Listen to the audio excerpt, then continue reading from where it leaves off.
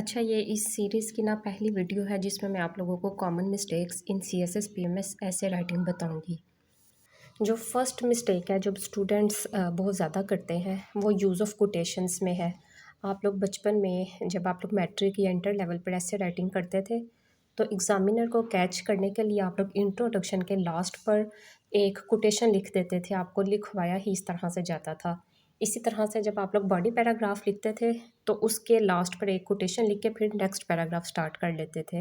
लेकिन सीएसएस और पीएमएस दोनों में आपने इस तरह से नहीं करना, क्योंकि जब आप लोगों की ऐसे राइटिंग एडवांस लेवल पर जाती है तो वहाँ पर आप लोगों ने जो भी एविडेंस प्रोवाइड करते हैं, जिसे आप कोटेशन भी कहते हैं, तो उसको आपने जस्टिफाई करना होता है।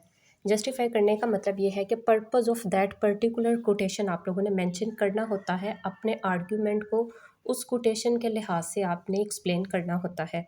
तो जब आप बिटवीन टू बॉडी पैराग्राफ एक कोटेशन लिख देते हैं तो पता नहीं चलता कि आपने फर्स्ट पैराग्राफ के लिए लिखा है या सेकंड के लिए, और फिर आपने क्योंकि उसकी जस्टिफिकेशन वाले सेंटेंसेस भी नहीं लिखे होते तो पर्पस ऑफ कोटेशन जो है वो ख़त्म हो जाता है।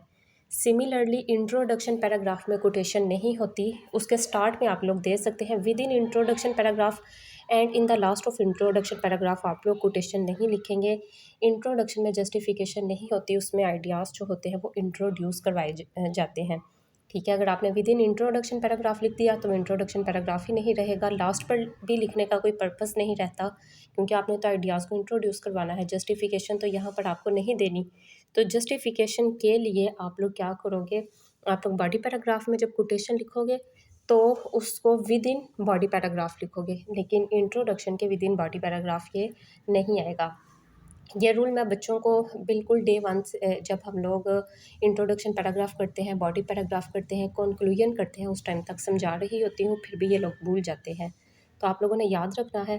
फिर थर्ड नंबर पर हमारे कंक्लूजन का पैराग्राफ आता है जो लास्ट पर होता है। कंक्लूजन के लास्ट पर कोटेशन लिख सकते हैं, स्टार्ट में नहीं लिख